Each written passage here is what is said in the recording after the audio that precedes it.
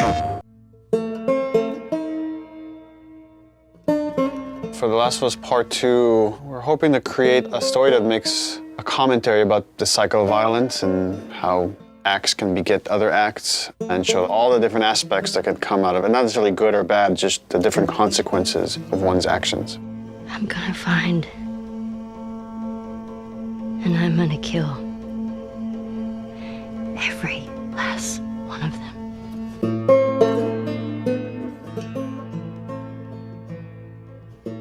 I've heard a lot of people say, why make a sequel to The Last of Us? I didn't even hear the full pitch of the game, but just like the outline of what Neil was wanting to do with this game, I realized, oh, this is something we have to make. This isn't even an option. There's absolutely more to do here. There's always the fear that, when you made something great and you're gonna go back to it, you're gonna mess it up. You're gonna mess what made it so special. The test for us was like, can we come up with a story that could, one, stand on its own and be meaningful and have weight, the same kind of feeling we had when we came up on the story for the first one.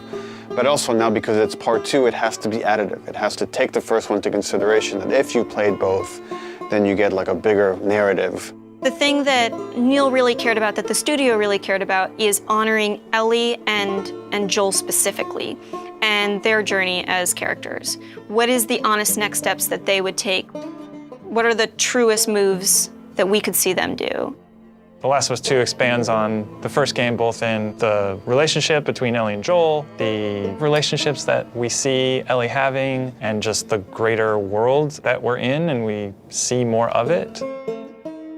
It's a genre story about this infection that turns people into these crazy monster-like humanoids. The core of it is about these really intimate, intense relationships.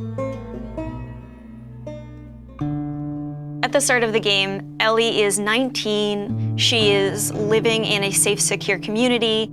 We're coming in, 25 years after the outbreak. And you, as Ellie, live in Jackson, which is this kind of somewhat tranquil town in this really messed up reality. She has real community now. She has people who love and care for her, willing to sacrifice for her. Joel is also very settled down. He's now part of a town. He's no longer a smuggler. Actually, the town relies on this guy that is a very capable killer, and that's something these towns in this world need. Dina, where are you? And then Jackson and Ellie are shaken by a violent event. It really changes Ellie's day-to-day life, and now just living is no longer enough. Like, there's these people that have wronged her, and she wants retribution. And you as a player are gonna want retribution for what these people have done.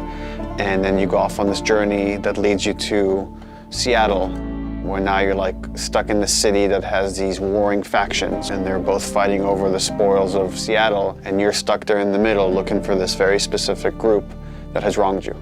And that's the concept of the story. And then it takes you on all sorts of twists and turns in Naughty Dog fashion.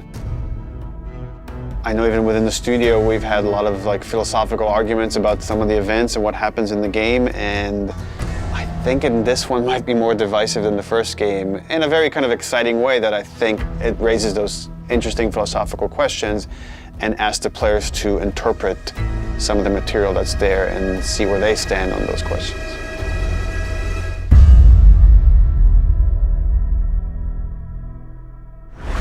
PlayStation